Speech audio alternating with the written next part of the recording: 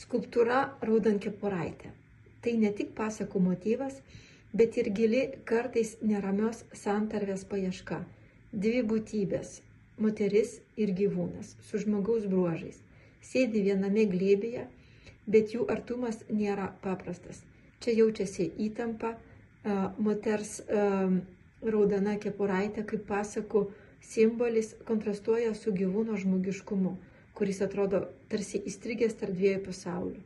Skulptūra ne tik kviečia į harmoniją, bet ir provokuoja klausimus. Ar mes sugebame priimti savo gyvūninės prigimties tamsias pusės?